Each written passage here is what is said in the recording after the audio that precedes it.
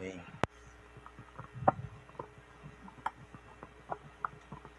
Boa noite, meus queridos e amados irmãos. Que a paz de Cristo, a gloriosa paz de Cristo Jesus seja sobre a sua vida, sobre a sua casa. A você que nos visita, seja muito bem-vindo, muito bem-vinda. Que a graça do Senhor seja sobre ti, que o Espírito Santo possa falar ao seu coração nessa noite. Amém, meus irmãos? Meus queridos, antes de nós lermos a palavra do Senhor, nós temos aqui alguns avisos. Como você está vendo aí em tela, de hoje a 8, na verdade de ontem a 8, nós estaremos celebrando 14 anos de emancipação dessa igreja. Nós teremos encontro aqui no sábado às 19h30, ao domingo de manhã às 9 horas da manhã e à noite às 18h30. Nós iremos celebrar o Senhor, agradecer ao Senhor por mais um ano de vida dessa igreja. Então, a sua presença é importante.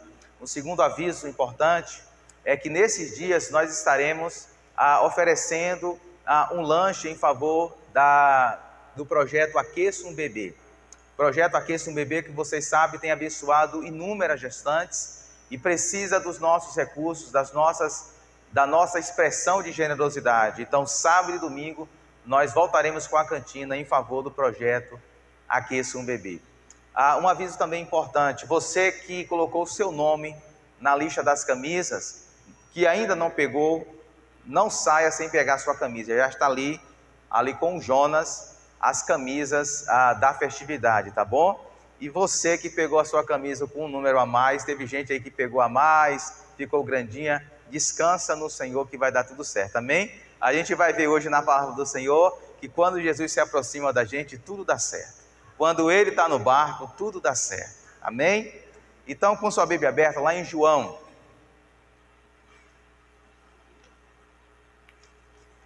quero também avisar, quero trazer uma palavra de encorajamento para na terça e quinta, o ensaio do coral. Terça e quinta, quem confirma? Terça e quinta-feira. Irmãos, se você quer participar desse coral, o coral da festividade, que a gente vai cantar sábado e domingo, não falte ao ensaio. É uma música só, é coisa simples. Terça às 19h30 e na quinta-feira, feriado, às 19h30. João capítulo 6, verso 16 até o verso 21.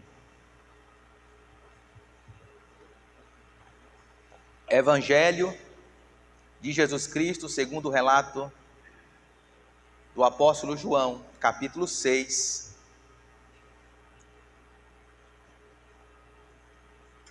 verso 16 a 21. Estou lendo o Evangelho de João, capítulo 6, o verso 16 ao verso de número 21.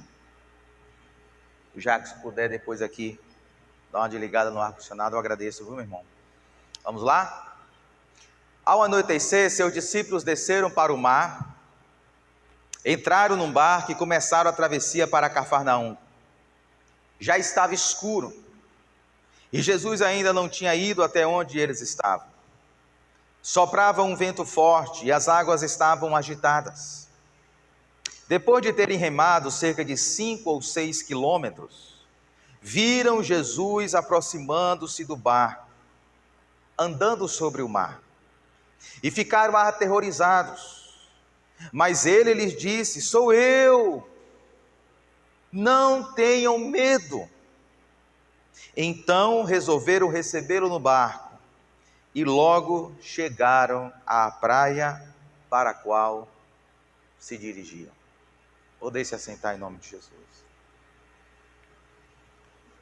Nós estamos na quarta mensagem de uma série de 5, em que nós estamos celebrando o aniversário de 508 anos da Reforma Protestante, um evento histórico que aconteceu oficialmente no dia 31 de outubro de 1517, quando um monge agostiniano, um alemão, Martinho Lutero, ele fixa na Catedral de Wittenberg, a igreja onde ele ministrava e estudava, as 95 teses contra os abusos da Igreja Católica da Idade Média. E aí começa toda uma revolução. Não apenas no aspecto religioso, mas o mundo muda. Muda no aspecto político, muda no direito, muda nas artes. O mundo se transforma. E nesse momento de reforma, que abrange vários países ali da Europa, você tem muita gente pregando. E eles tinham as suas divergências, mas 5 questões fundamentais eles convergiam, que é o que a gente chama de 5 solas ou 5 somentes. São 5 pilares da mensagem desses homens que revolucionaram o mundo. Primeiro, somente a Escritura. Somente a Escritura tem autoridade sobre as nossas vidas, não as tradições, não os oráculos do Papa, somente as Escrituras. Toda a nossa reflexão de fé, toda a nossa ética, toda a nossa moral, todo o nosso modo de viver deve estar baseado nas Escrituras. Segundo lugar, somente a graça. A salvação é mediante a graça de Deus, não pelas nossas obras, não pelos nossos méritos, não pelas nossas obras de caridade, mas é a graça de Deus. Terceiro lugar, somente a fé. Somente a fé em Cristo Jesus nos conecta com a salvação. Não é pelas nossas ações, não é pela nossa expertise espiritual, não é pelas nossas obras de penitência que obtemos a salvação, mas mediante a fé no nosso Salvador, Jesus Cristo. Em quarto lugar, que é o tema dessa noite, somente Cristo. Interessante que esse tema somente Cristo, ele rejeita a necessidade de outros mediadores, como santos, como Maria. Os reformadores enfatizavam, somente Cristo é o nosso mediador, que nos conecta ao Pai. A missa como um sacrifício contínuo é rejeitado. A vinda de indulgências e a prática da crença do purgatório como complementos à obra de Cristo é rejeitada. No coração desse tema, meus irmãos, diz que somente Cristo salva, somente a obra de Cristo é suficiente e ninguém pode se colocar ao lado de Cristo no processo da redenção. Somente Cristo é o autor e consumador da nossa fé. E por último, que é o tema do dia 30 de novembro, somente a Deus toda a glória, porque nós entendemos que em todo esse processo, a glória tem que ser dada a Deus. Porque quando você entende que a salvação é pela graça, não é pelas nossas obras, nós não temos no que nos gloriar, mas somente render a Deus toda a honra e toda a glória. Com a sua Bíblia aberta em João, eu gostaria de caminhar com vocês. Pense comigo, que o Evangelho de João, ele fora o último evangelho a ser escrito. E o propósito desse evangelho e a forma como ele é escrito é totalmente diferente de Mateus, de Marcos e de Lucas. Eu não sei se você já parou para perceber isso. Quando você lê Marcos, Mateus, Marcos e Lucas, você percebe uma similaridade muito grande. Parece que eles estão falando as mesmas coisas, mas quando você lê João traz uma perspectiva completamente nova. Ele foi o último evangelho a ser escrito, provavelmente no final do 1º século, quando todos os demais apóstolos já haviam sido mortos, só tem João. E ele escreve com um propósito bem interessante, bem diferente.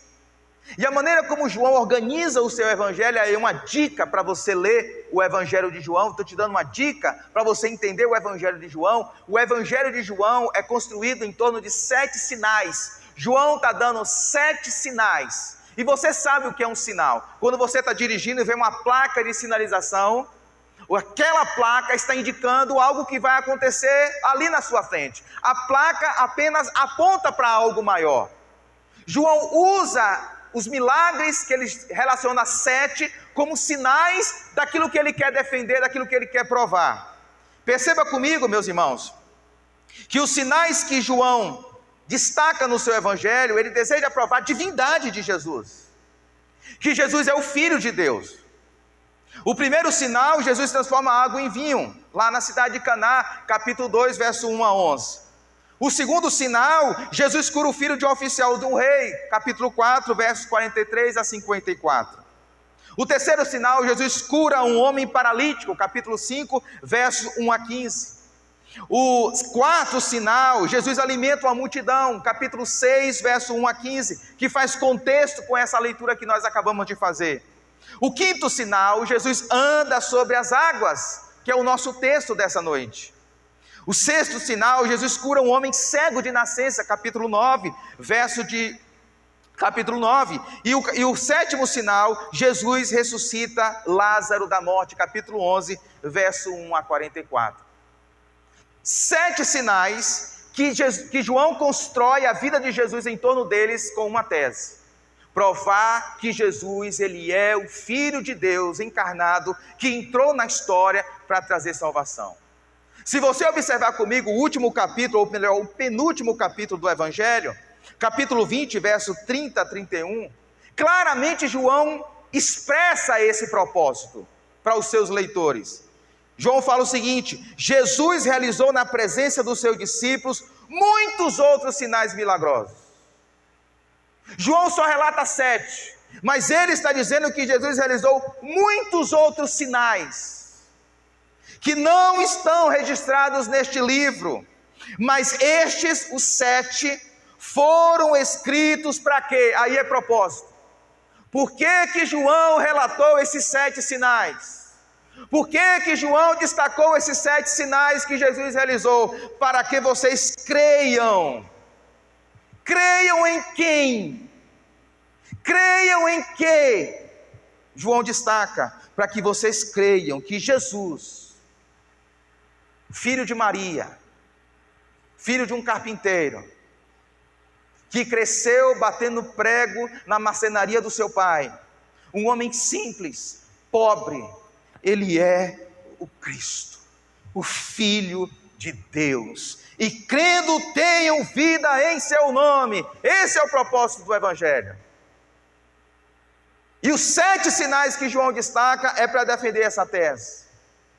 E com a sua Bíblia aberta, eu queria destacar esse quarto sinal, Jesus andando sobre as águas. E nesta noite, em síntese, nós veremos que somente Jesus Cristo, o Filho de Deus, transforma trevas, medo e caos em paz, confiança e direção.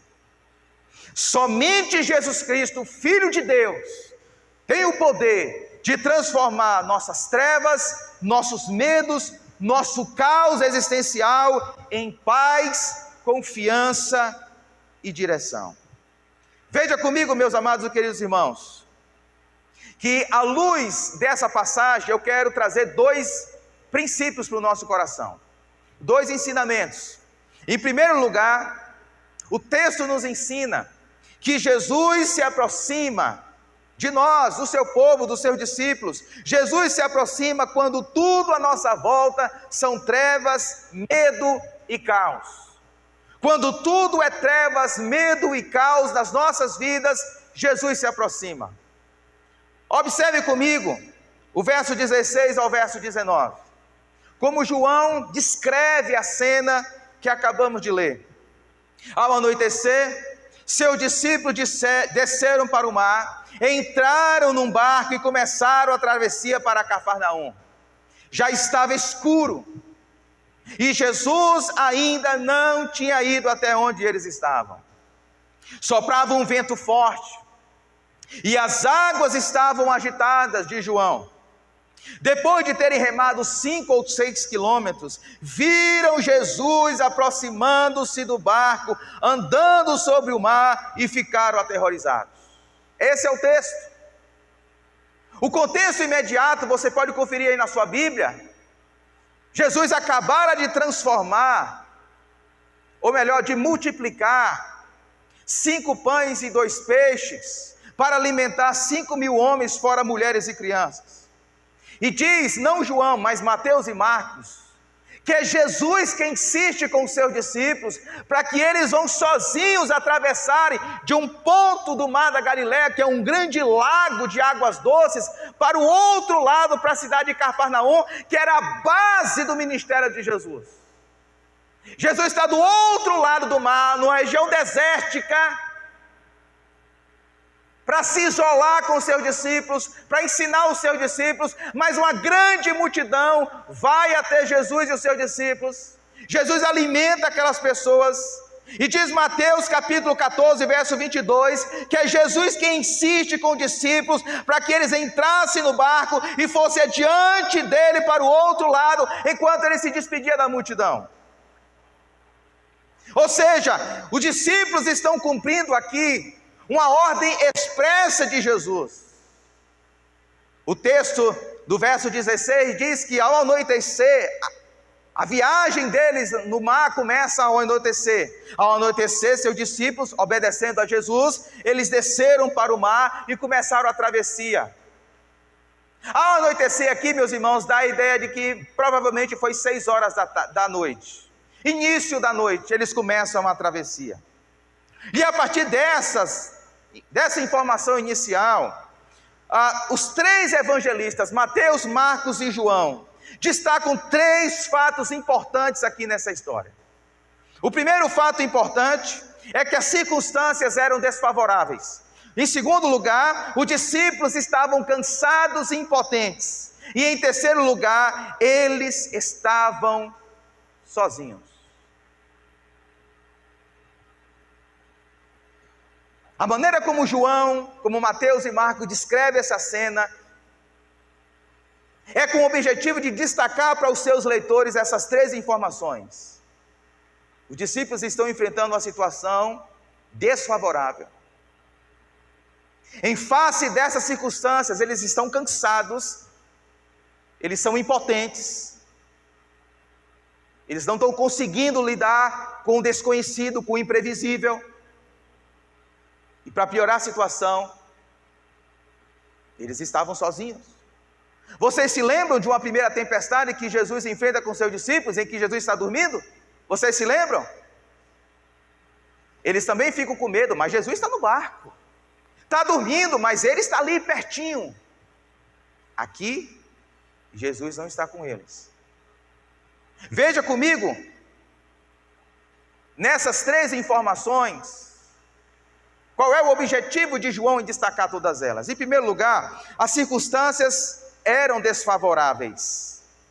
João diz, no verso 17 e no verso 18, que já estava escuro, e soprava um vento forte, e as águas estavam agitadas.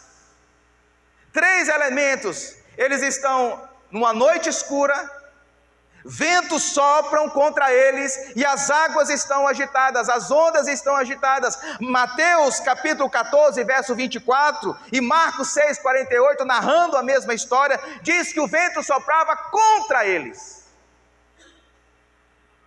O vento não estava a favor, o que favoreceria a travessia, mas o vento estava contra eles.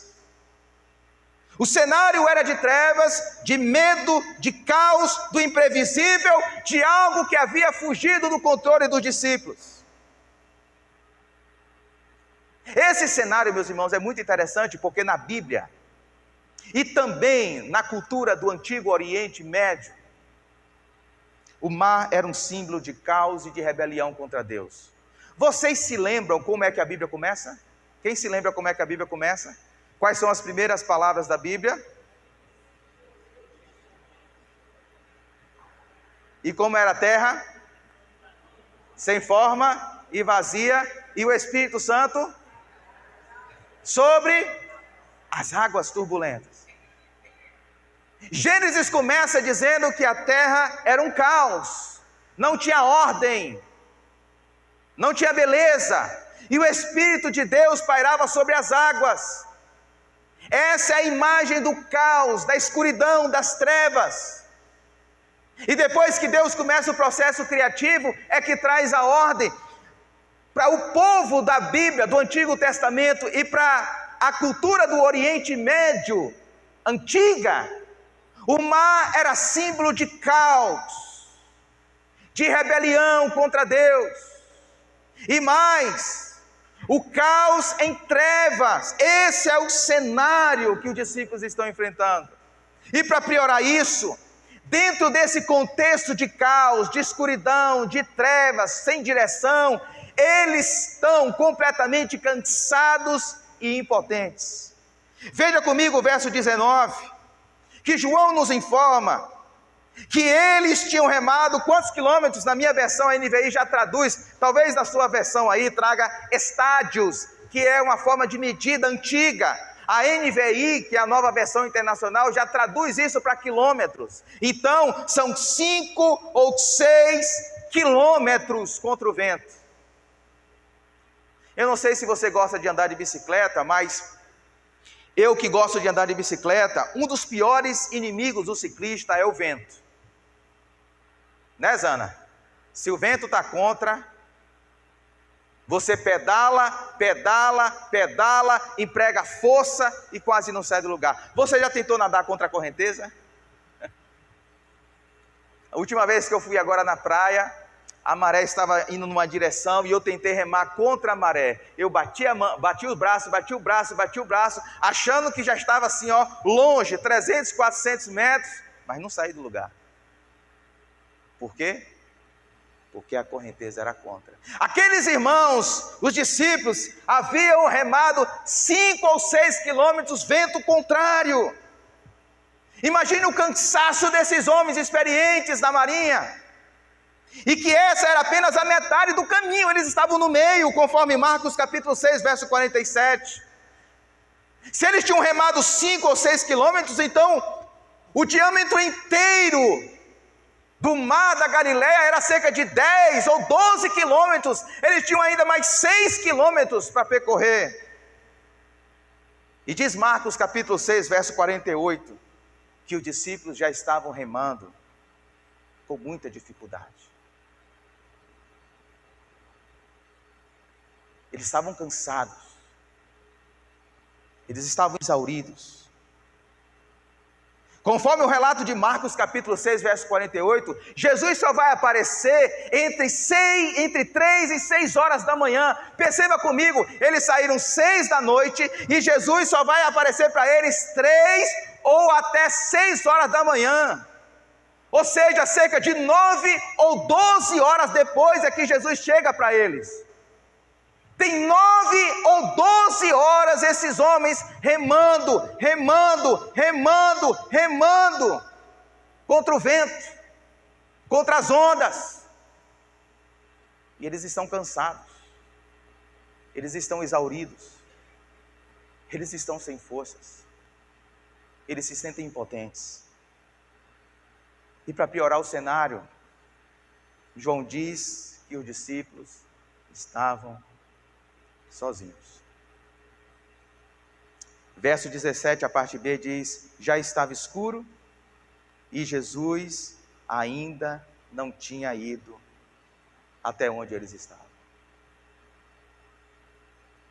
João está escrevendo essa história depois, sei lá, cerca de 50, 60 anos depois. Ele sabe o desfecho da história, que Jesus se aproxima, mas enquanto estava acontecendo esse fato, eles não sabiam se Jesus iria se aproximar ou não. Eles estavam sozinhos. Onde é que está o mestre? Marcos e Mateus informam que Jesus subiu sozinho para um monte para orar. E aí vem a nossa primeira lição na noite, meus queridos.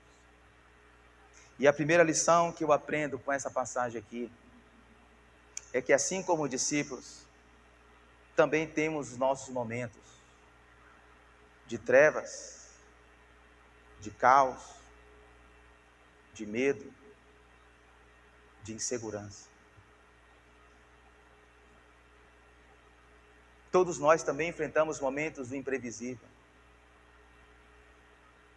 daquilo que foge do nosso controle. Todos nós passamos momentos como esses, de caos, de escuridão, E nesses momentos, quantas vezes nós nos sentimos sozinhos? A sensação é que Deus está indiferente.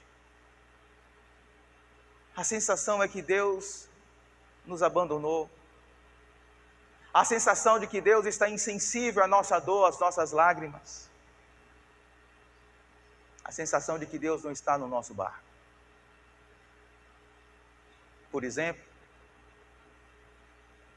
quantos de nós casados não podemos dizer que não passamos fases de escuridão, de dúvidas, de medo? Qual dos nossos casamentos já não passou fases difíceis? Qual deles? Quantos de nós aqui casados não enfrentamos crises? Crises em que, por mais que a gente empregue forças, por mais que a gente use de técnicas, por mais que a gente converse, por mais que a gente dialogue, nos sentimos cansados e cansadas.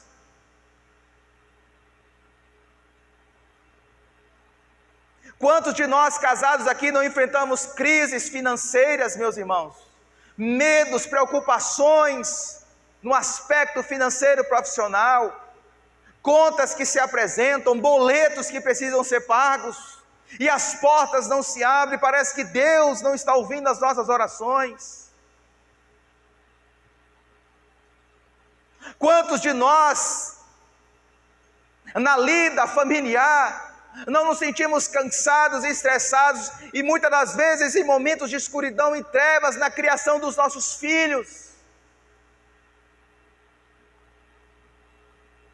Fases dificílimas na relação com os nossos filhos,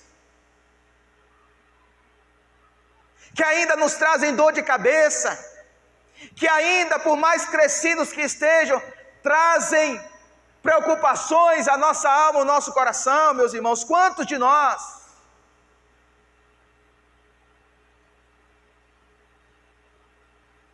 Quantos de nós, jovens, por que não dizer, não enfrentamos situações, por exemplo, como situações de pressão escolar?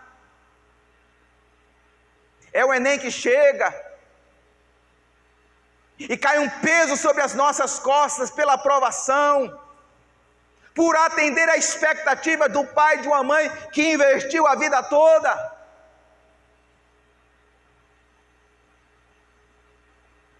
Há 2 semanas um jovem entrou em contato comigo,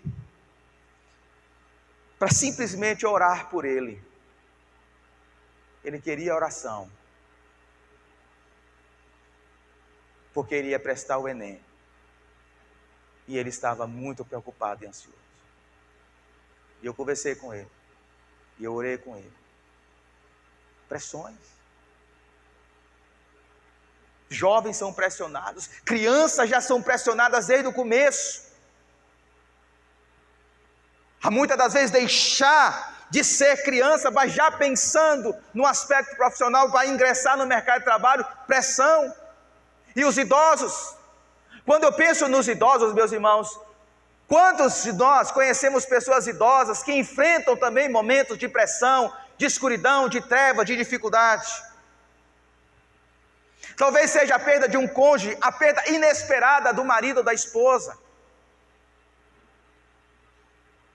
Semana passada eu acompanhei um amigo que perdeu a sogra de uma maneira inesperada, e eu tive que consolar ele e a esposa, e consolar o viúvo, trazendo palavras de Deus. Isso traz pressão, isso traz momentos de angústia, de medo. E agora como é que vai ser sem a minha companheira, sem o meu cônjuge? Quantos dos idosos não ficam com medo, pressionados, diante de uma enfermidade súbita, talvez um AVC, uma crise cardíaca, um câncer?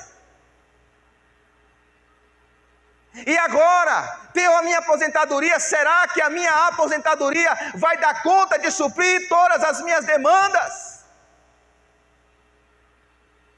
Pressões. Nós também, pastores, enfrentamos pressões. Nós também, pastores, enfrentamos mares turbulentos. Nós também, pastores, enfrentamos ventos contrários. Quais de nós, pastores, aqui não se sente pressionados, não se sente com medo, com angústia, com aflição, com as crises espirituais que se dão dentro da igreja? Com momentos em que a gente tem que equilibrar as crises que a gente tem que administrar na nossa casa, na nossa família, com as crises estabelecidas na família dos irmãos. Quantas vezes não ficamos com medo do fracasso no ministério? Quantas vezes não ficamos preocupados com um irmão ou irmã que decide sair da igreja para ir para outro contexto religioso? Situações que nos pressionam, situações que vêm sobre nós como uma escuridão, como trevas, como um caos, situações do imprevisível, ondas que se levantam, ventos que sopram, meus irmãos, e nesses momentos nos sentimos cansados, sobrecarregados, exauridos e com medo. Quantos de nós já não passamos momentos como esse? Mas quando eu olho para esse texto, quando eu olho para essa passagem aqui, meus irmãos, sabe o que é que nos conforta? O que me conforta e o que conforta a igreja é saber que Jesus não está indiferente à nossa situação. Jesus, ele se aproxima com graça, com misericórdia, com poder dos seus discípulos. Jesus se aproxima do seu povo nos momentos de escuridão, nos momentos de incerteza, nos momentos do imprevisível, nos momentos em que nós estamos cansados e sobrecarregados. Jesus, ele se aproxima de você, meu irmão. Veja comigo o texto, verso 19, se não é isso que João quer nos ensinar. Veja comigo: depois de terem remado cerca de 5 ou 6 quilômetros, viram quem? Jesus, aproximando-se do barco, andando sobre o mar, e ficaram aterrorizados. Verso 19. Jesus se aproxima do mar, do barco. Jesus se aproxima dos discípulos, andando sobre as águas. As tempestades, as trevas, o caos em que aqueles discípulos estão inseridos, não significa que o Senhor não se importa com o seu povo, com os seus discípulos. Os momentos de dificuldade que o povo de Deus enfrenta, os momentos de incerteza, os momentos em que as coisas saem do trilho, saem do lugar, não significa que Jesus está indiferente à nossa dor, não significa que Jesus está à revelia das nossas lágrimas. Ele está se aproximando, louvado seja Deus. Ele se aproxima do seu povo. E tanto Mateus, meus irmãos, presta atenção comigo, tanto Mateus quanto Marcos diz uma coisa interessante. João não diz, mas Mateus e Marcos destacam. Jesus subiu ao monte, sozinho, para orar. Nem Mateus nem Marcos dizem o que Jesus estava orando, é verdade. Mas eu imagino que Jesus estava orando e intercedendo ao Pai pela vida dos seus discípulos. A Bíblia diz que Jesus é o nosso único intercessor. Eu acredito, meus irmãos, de todo o coração, que Jesus estava orando e intercedendo pela vida dos seus discípulos, até por Judas. Judas que vai traí-lo. Meses mais tarde, Jesus estava orando por ele, Jesus estava intercedendo por ele.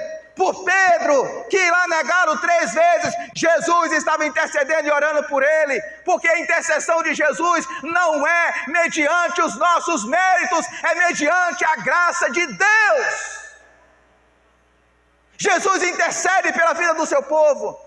Jesus ora por você. A palavra do Senhor lá em 1 João capítulo 2, verso 1, diz que somente Jesus Cristo é o nosso intercessor junto ao Pai.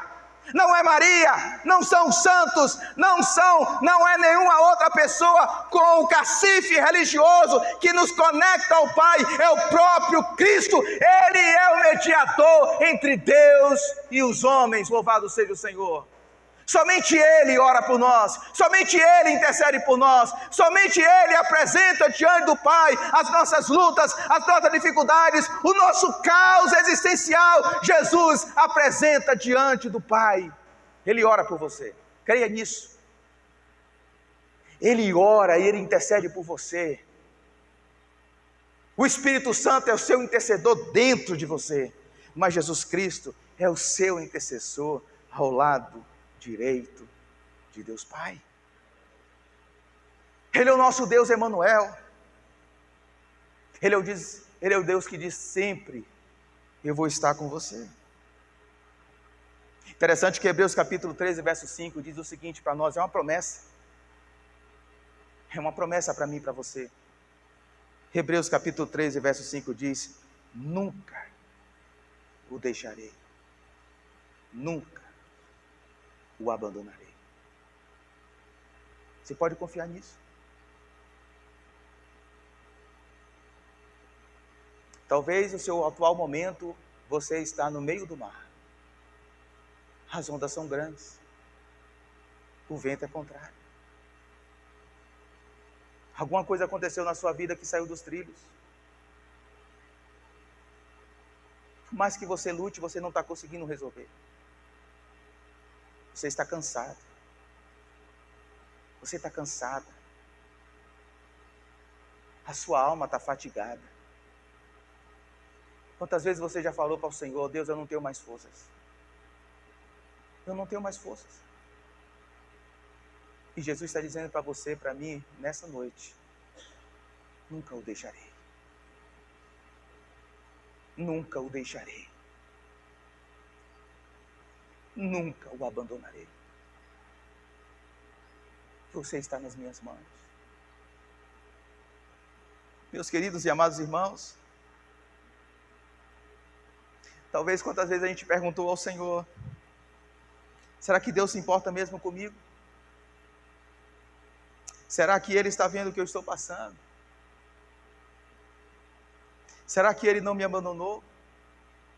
Meus irmãos, esse primeiro passo, a primeira parte desse texto nos ensina que nós precisamos confiar e descansar de que enquanto nós estamos atravessando trevas, medo e caos, Jesus está intercedendo e está se aproximando de cada um de nós. A palavra de Deus nos lembra, meus irmãos, que a tempestade não significa ausência, abandono e indiferente da parte de Cristo. Enquanto Cristo estava no monte orando, Ele via, Ele sabia, Ele intercedia. E no tempo certo, Ele se aproximou. Você confia nisso? O texto prossegue. Se em primeiro lugar, João nos ensina que Jesus se aproxima quando tudo à nossa volta são trevas, medo e caos, João nos traz uma segunda lição. Jesus se aproxima com poder e graça, trazendo paz, confiança e direção. Porque é isso que o texto nos informa. Jesus, quando Ele se aproxima, Ele, com o seu poder e com a sua graça, Ele transforma aquele ambiente hostil, caótico, ventos contrários, ondas brávias se levantando contra os discípulos, contra aquela embarcação. Mas Jesus, quando se aproxima, Ele, com o seu poder e com a sua graça, Ele traz paz, confiança e direção. Veja comigo os versos 19 a 21. Viram Jesus aproximando-se do barco sobre o mar, e ficaram aterrorizados. Mas Ele lhes disse: sou eu, não tenham medo. Então resolveram recebê-lo no barco, e logo chegaram à praia para a qual se dirigiam. Veja comigo, meus irmãos, que nesses versos João busca revelar a identidade de Jesus como o Filho de Deus, o próprio Deus encarnado. E essa identidade de Jesus fica evidenciada de duas formas aqui nessa passagem. Da maneira como Jesus se aproxima dos discípulos e da maneira como ele acalma o coração dos discípulos. A maneira como Jesus se aproxima dos discípulos e como ele acalma o coração dos discípulos revela quem é este Jesus. Ele é o Filho de Deus, é o próprio Deus encarnado, o Deus Criador que entrou na história para trazer salvação. Se não veja comigo, por exemplo, que João destaca que somente Jesus Cristo, como Filho de Deus, acalma o mar caótico, o caos em que se instaurou aquele mar. Lembra que eu falei para os irmãos que o mar era símbolo do caos, da rebelião contra Deus? Pois é, os autores do Antigo Testamento descrevem que se o mar é caótico e é um símbolo de rebelião contra Deus, somente Deus pode acalmar o mar. Somente Deus poderia trazer pacificação às ondas do mar. Os autores do Antigo Testamento descreviam isso. Veja comigo, por exemplo, Salmo capítulo 89, verso 9. Salmo 89, verso 9. Olha só o que o salmista ora e canta ao Senhor. Tu dominas, está falando de Deus. Tu dominas o revolto mar. Quando se agigantam as suas ondas, tu as acalmas. Para os autores do Antigo Testamento, quem tem o poder de dominar o mar revolto? Deus. Quem tem o poder e a capacidade de trazer calmaria ao mar revolto? Deus. Somente Deus pode dominar sobre os mares. Somente Deus pode acalmar as tempestades. Somente Deus tem o poder de trazer pacificação às ondas brávias. Agora vai comigo para o Salmo 93, verso 3 a 4. Mais uma vez o salmista destaca. Veja comigo. Salmo 93, verso 3 e 4. As águas se levantaram, Senhor. As águas levantaram a voz. As águas levantaram o seu bramido. Mais poderoso do que o estrondo das águas impetuosas. Mais poderoso do que as ondas do mar. É quem, meus irmãos? É o Senhor nas alturas. Louvado seja Deus. Mais poderoso do que o estrondo das águas, do que os ventos que estão contra, do que as ondas que se agigantam como verdadeiras muralhas. Mais poderoso do que as ondas do mar é o Senhor nas alturas. Agora veja comigo o verso 19 de João, capítulo 6. Como é que Jesus se aproxima dos discípulos? Louvado seja Deus. E João seleciona essa história porque ele tem um propósito de revelar que esse Jesus, ele é o Deus se revelou no Antigo Testamento, entrou na história na pessoa de Jesus Cristo. Diz o texto, verso 19: viram Jesus aproximando-se do barco, andando sobre o mar. Como é que está o mar? O mar está agitado. O mar está violento. O mar está impetuoso. O mar está incontrolável. E como é que Jesus se apresenta? Ele se apresenta andando, dominando e subjugando o mar violento. Ele é o Senhor. Ele é o Senhor que domina sobre as águas. Ele é o Senhor que subjuga os mares, as ondas brávias, impetuosas. Ele é o Senhor. Agora vem comigo, como Jesus acalma os discípulos. Você já parou para perceber como é que Jesus acalma? Ele se aproxima andando sobre o mar. Mas como é que ele se apresenta? Como é que ele acalma o coração dos discípulos? Veja comigo o verso 20. Mas ele lhes disse: sou eu. Talvez na sua versão esteja: eu sou. Tem o mesmo sentido. Sou eu. Não tenham medo. Jesus está gritando. Tem um ponto de exclamação aí na sua Bíblia? Tem um ponto de exclamação? Tem, Jó. Cadê a Bíblia Jó? Tem quase uma hora eu pregando aqui, tu tem a Bíblia Jó. Tem um ponto de exclamação aí. Tem um ponto de exclamação. Significa que ele está gritando. Sou eu. Não tenham medo. Irmãos, tenham um costume de não só depender do telão. Abra a sua Bíblia, anote. Risque a sua Bíblia, para que você aprenda. Agora veja comigo. Essa expressão, sou eu, ela é muito importante, meus irmãos, no Evangelho de João. Ela é extraordinária. Porque a expressão, você sabe que o Novo Testamento foi escrito em grego, não foi escrito em português, não foi escrito em inglês, foi escrito num grego antigo, ó, já não se fala mais. E a expressão aqui, ego em mim, eu sou, ou sou eu. Agora perceba comigo, meus irmãos, que você se lembra, no Antigo Testamento, quando Moisés está sendo comissionado para liderar o povo de Israel da saída do Egito, Moisés resiste, mas no final Deus convence ele, e a última sacada de Moisés é: mas eu vou chegar lá para eles, e eles vão me perguntar, qual é o teu nome? Como é que tu se chama? E eu não sei responder. E aí o Senhor responde, Êxodo capítulo 3, verso 14. Eu sou o que sou. Agora preste atenção, por gentileza. 4 séculos antes de Cristo nascer, o Antigo Testamento ele foi traduzido para o grego. Não se falava mais o hebraico naquele período, se falava o grego, durante o Império de Alexandre o Grande.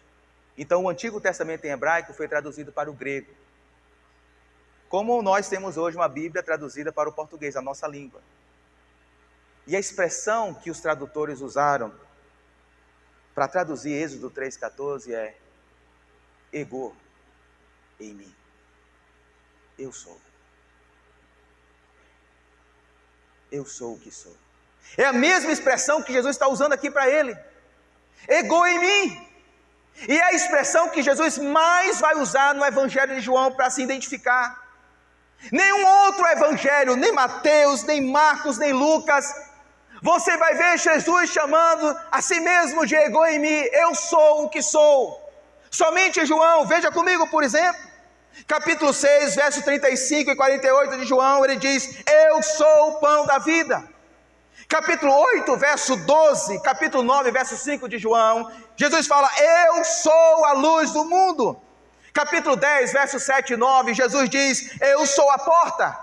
Capítulo 10, verso 11 e 14, Jesus diz, eu sou o bom pastor. Capítulo 11, verso 25 de João, Jesus diz, eu sou a ressurreição e a vida. Capítulo 14, verso 6 de João, Jesus diz, eu sou o caminho, a verdade e a vida. Capítulo 15, verso 1 de João, Jesus diz, eu sou a videira verdadeira. O que Jesus está dizendo aqui, meus irmãos, é que o Deus do Êxodo, o Deus que libertou o povo de Israel do Egito, ele se apresentou na pessoa bendita e gloriosa de Jesus Cristo. Ele é o Deus Todo-Poderoso, ele é o Senhor dos Senhores, ele é o Deus Criador, louvado seja Deus. Ele está dizendo, eu sou, o eu sou que se apresentou a Moisés na sarça, sou eu. Eu entrei na história, eu sou o Filho de Deus, eu sou aquele que tem poder, eu sou aquele que é soberano, eu sou aquele que está sentado acima de todas as coisas, eu sou o que sou. E o mesmo caos que nos assusta é o chão firme em que o Cristo, o Deus do Êxodo, que abriu o mar vermelho, caminha. O mesmo chão que nos causa medo, o mesmo terreno que nos causa angústia e aflição, é o chão que Jesus está pisando, é o chão que Jesus está dominando. que nos aflige? O que nos causa preocupação? O que tenta sabotar a nossa fé no Senhor? Jesus está dizendo, não tenha medo, porque eu sou o Deus que anda sobre as águas. E aquilo que te causa medo, aquilo que rouba teu sono, aquilo que te causa ansiedade, está literalmente debaixo dos meus pés. Eu sou o Senhor. Somente Jesus Cristo, Deus encarnado, Ele tem o poder e a graça de se aproximar de cada um de nós, enquanto nós estamos no caos e nas trevas, tomados pelo medo. Jesus literalmente, meus irmãos, pisou no nosso mundo caótico, e por sua maravilhosa graça assumiu na cruz o que de fato nos causa medo, nos causa horror, que são os nossos pecados. Nós vivemos afundados nesse mar caótico que se chama pecado, mas Jesus Cristo pisou no nosso terreno caótico. Jesus Cristo visitou-nos, se aproximou de nós. Não fomos nós que buscamos o Senhor primeiro, Ele é que veio ao nosso encontro enquanto estávamos perdidos no meio de um mar escuro com ventos contrários. Um certo profeta Isaías, ele escreve dizendo, capítulo 53, verso 6, todos nós, tal qual ovelhas, nos desviamos. Todos nós. Cada um de nós se voltou para o seu próprio caminho. Estávamos desorientados no meio desse mar. Estávamos sem direção, exaustos, cansados.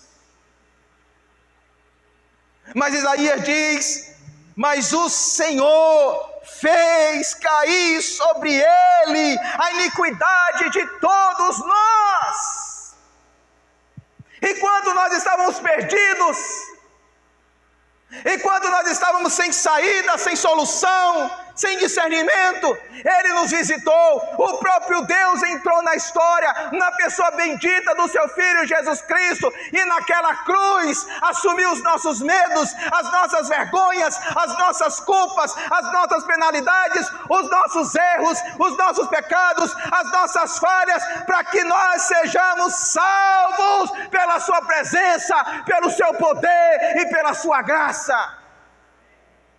Jesus Cristo teve que entrar no nosso mundo para transformar o nosso caos, para transformar o nosso medo, para transformar a nossa rebelião contra Deus em paz, em salvação, em perdão e em direção.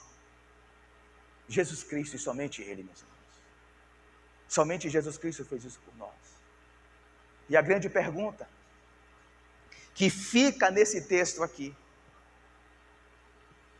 a grande pergunta que a gente pode fazer, que vai fazer toda a diferença entre aquilo que a gente sabe e aquilo que a gente pode viver, qual é a resposta que Jesus esperava dos seus discípulos?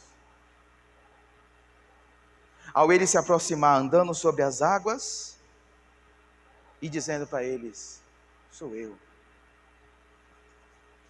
não tenha medo. Qual é a resposta que Jesus esperava dos discípulos? Que é a mesma resposta que Ele espera de nós hoje.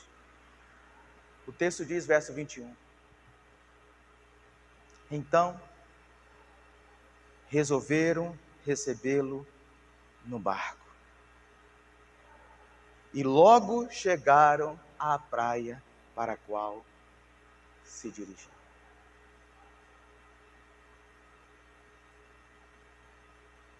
Qual é a resposta que aqueles discípulos deram para Jesus?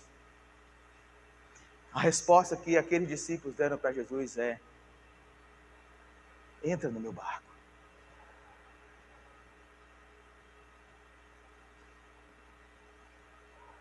Eles receberam Jesus no barco. Receber Jesus no barco, meus irmãos, significa receber Jesus para a vida. Confiar em Jesus. Depender de Jesus. A salvação não tem a ver com aquilo que eu possa fazer. Não tem a ver com os nossos esforços. Aqueles homens remaram tentando alcançar a outra margem, mas não conseguiram. Assim também nós não vamos conseguir. Não é pelos nossos esforços. Não é pelo suor da nossa camisa. Não são pelas nossas expertices ou habilidades que vamos trazer paz ao nosso mar caótico. Só existe um. Só existe um. Nos céus, na terra e debaixo da terra, que pode se aproximar da gente. Que tem o poder, a graça de transformar o nosso mundo caótico, o nosso mundo em desordem, a nossa bagunça, em ordem, em salvação, e esse é Jesus. E como é que Ele faz isso? Quando a gente recebe Ele na nossa vida. Mas pastor, eu me lembro que o senhor falou que o grande propósito do Evangelho de João é fazer com que as pessoas cresçam em Cristo, e é isso mesmo. Mais uma vez eu leio João capítulo 20.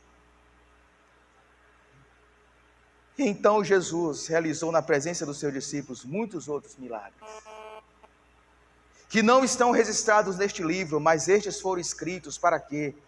Para que vocês creiam, para que vocês recebam Jesus como Cristo, o Filho de Deus, e crendo, tenham vida em seu nome. Talvez você diga no seu coração: eu já recebi Cristo no meu coração, na minha vida. Amém. Louvado seja Deus. E aqui tem muita gente que já fez isso. Nosso grande desafio para essas pessoas é continuar crendo e confiando e recebendo Jesus na sua vida, no seu barco existencial. A solução, meus irmãos, não tem a ver com remar mais forte, empreender mais energia, confiar nas nossas próprias forças, controlar as nossas vidas. A solução tem a ver com entregar as nossas vidas a Jesus e depender e confiar e esperar somente em Jesus. Quando os discípulos receberam Jesus no seu barco, o que aconteceu? Eles chegaram imediatamente no porto seguro.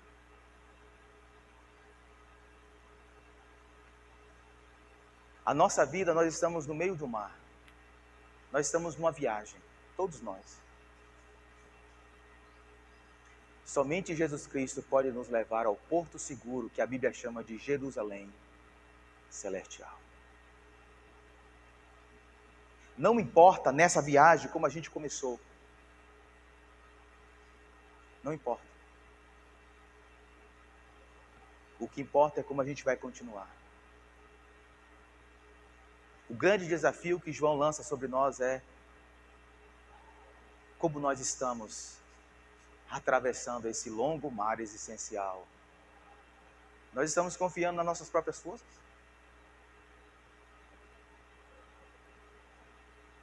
Nós estamos confiando em nós mesmos? A nossa confiança está na nossa segurança profissional? É num casamento sólido que está a nossa confiança? São em nossos filhos, depositamos toda a nossa confiança em nossos filhos. Onde está a nossa confiança? Somente Jesus, somente Ele, pode se aproximar de nós, pode acalmar o mar e pode trazer paz e direção. Qual é a sua resposta? Eu gostaria de convidar o Ministério Louvor. E eu gostaria que você fechasse os seus olhos e pensasse um pouco na sua vida.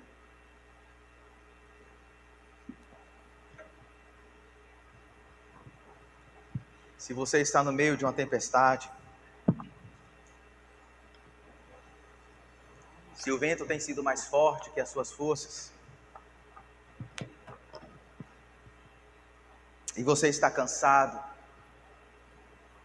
você está sobrecarregado,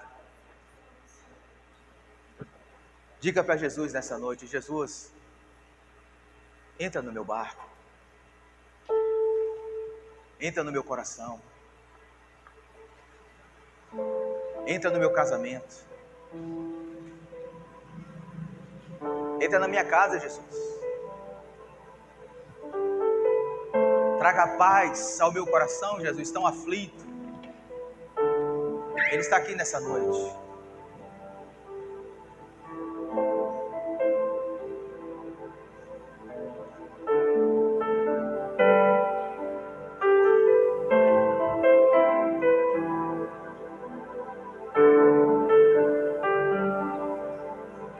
Se o sol se pôr e a noite chegar, tu és quem me guia. Se a tempestade me alcançar, tu és meu abrigo. Se o mar me submergir, a tua mão me traz à tona pra respirar e me faz andar sobre as águas.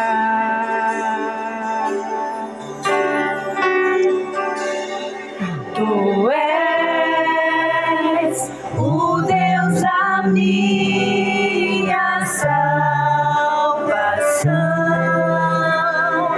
és o meu dono, minha paixão, minha canção e o meu louvor.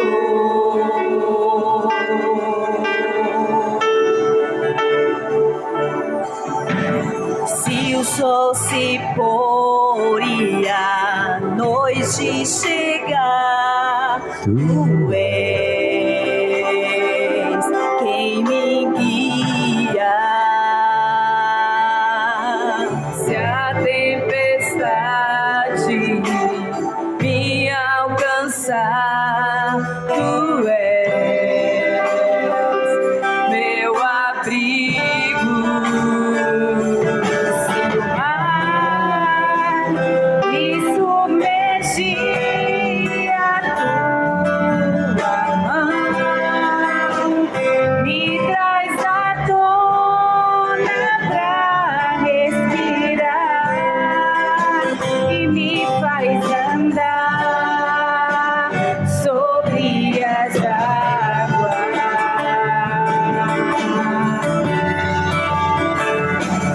Tu és o Deus da minha salvação, és o meu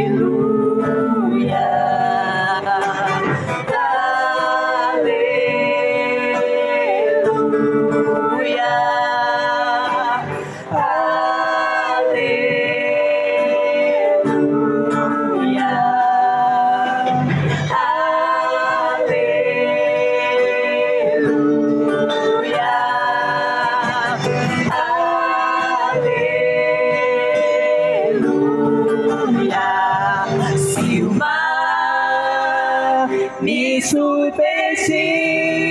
a tua mão me traz à tona pra respirar e me faz andar sobre as águas.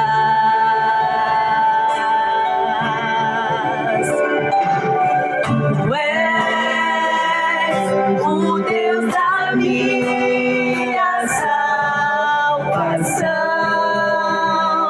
és o meu dono, minha paixão, minha canção e o meu louvor.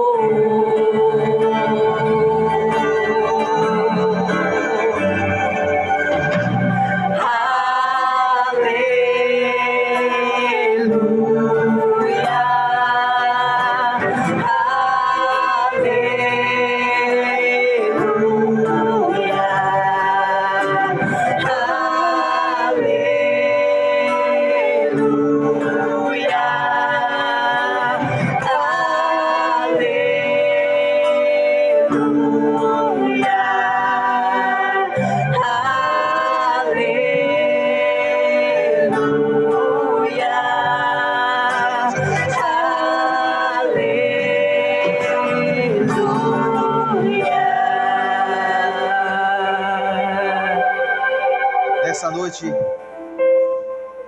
eu quero fazer um desafio a você. Se você quiser uma oração, eu não sei como é que está a sua caminhada, eu não sei como é que está a situação que você enfrenta. Talvez você está no meio do mar e você está cansado, e você já remou 5, 6 quilômetros. E talvez você disse: é o fim, Jesus não está aqui. Mas nessa noite nós vamos clamar ao Senhor. Eu gostaria de convidar você que quiser, bem aqui à frente. Nós vamos orar. Se você quiser receber uma oração, eu vou convidar você. Você vem aqui à frente. Nós vamos fazer um momento de clamor, meus irmãos. Porque nós confiamos que o Senhor é o Deus que pode apaziguar. Se você quiser, vem aqui à frente para a gente orar por você. Não tenha medo. Nós vamos fazer um momento de clamor. O Ministério do Louvor continue com o fundo musical. Os intercessores, fiquem atentos, nós vamos estar orando ao Senhor. Se você quiser vir aqui à frente, nós vamos estar clamando ao Senhor. O Deus que está à direita, o Deus Pai Todo-Poderoso. Ele é Jesus Cristo. Ele é o grande eu sou. Ele é o leão da tribo de Judá. Ele é o Cordeiro de Deus que entrou na história para sarar as nossas feridas, para carregar sobre si as nossas enfermidades, para trocar de fardo conosco. Ele diz nessa noite: vinde a mim. Vinde a mim aqueles que estão cansados e sobrecarregados.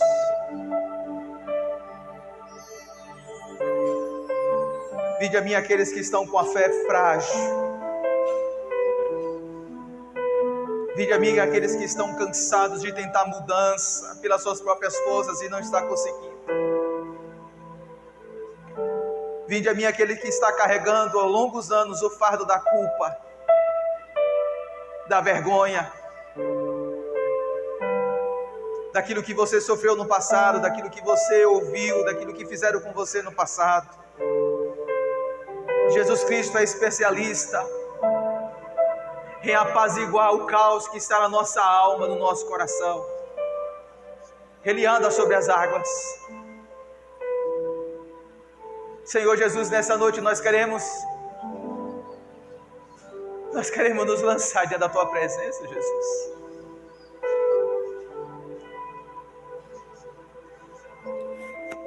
Nós queremos nos lançar diante da Tua presença.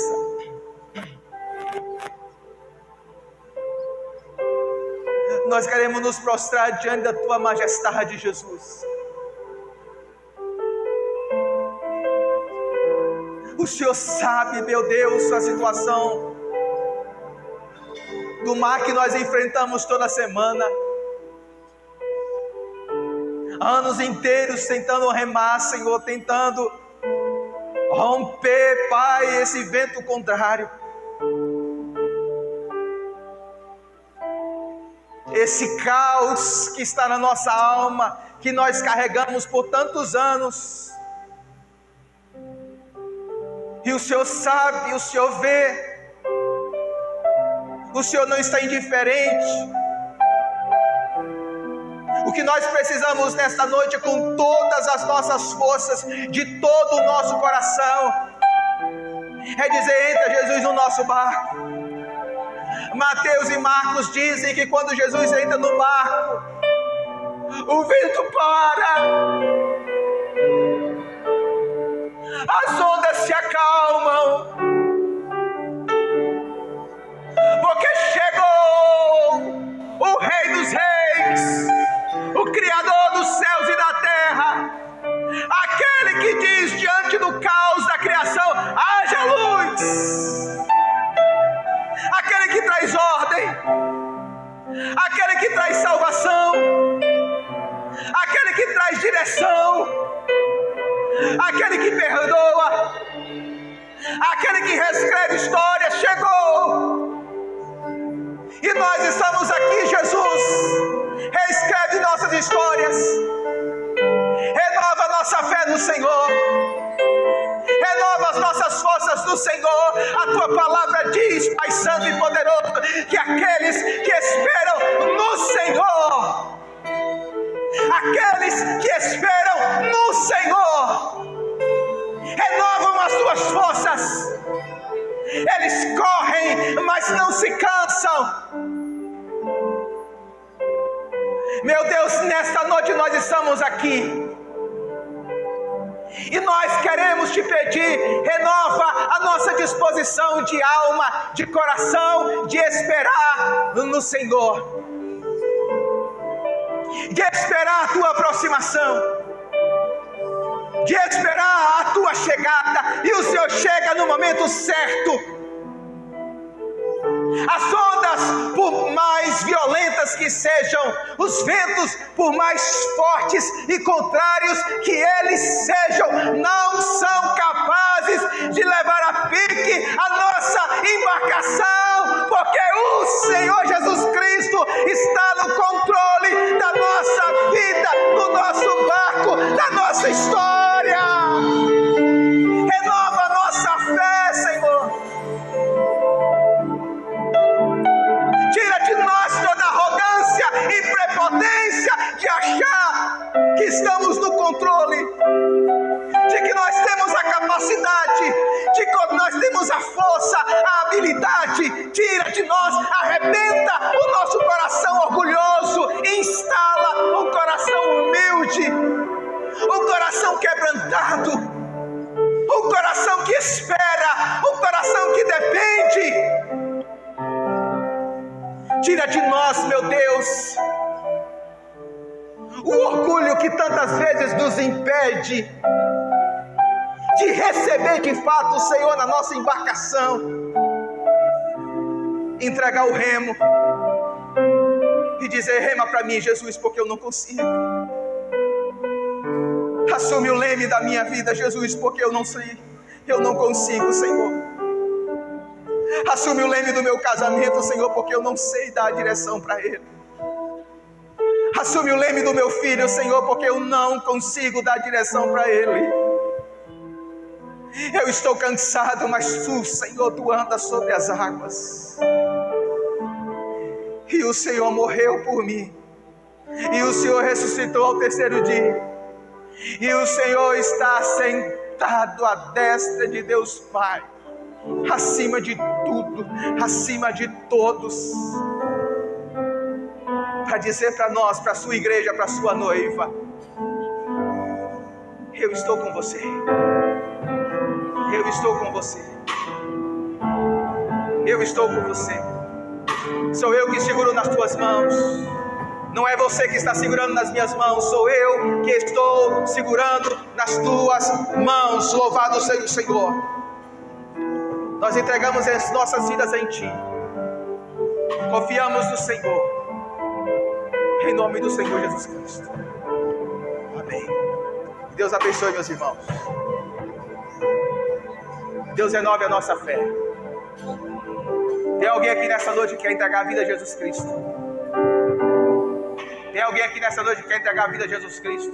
Se você não entregar a sua vida a Jesus Cristo, você ainda vai continuar no meio do mar perdido. Somente Jesus Cristo pode trazer paz para você. Não tendo ninguém, vamos orar. Meu Deus, o Senhor sabe, meu Pai, nós aprendemos a Tua palavra, que nenhum esforço humano, nenhuma palavra humana pode apaziguar o nosso coração. Por isso, meu Pai, usa a Tua palavra, usa a Tua voz, Tua palavra inspirada, a Tua palavra que é autoridade, para trazer paz ao nosso coração. Toma essas pessoas que estão aqui nessa noite em Tuas mãos. Aquelas que não puderem estar aqui, toma em Tuas mãos também. E nos ajude a confiar sempre no Senhor. Que o amor de Deus, que a graça e a paz de nosso Senhor e Salvador Jesus Cristo, e as consolações do Espírito Santo do Senhor, seja com cada um de nós, seja com a sua família, seja com seus filhos, desde agora e para sempre.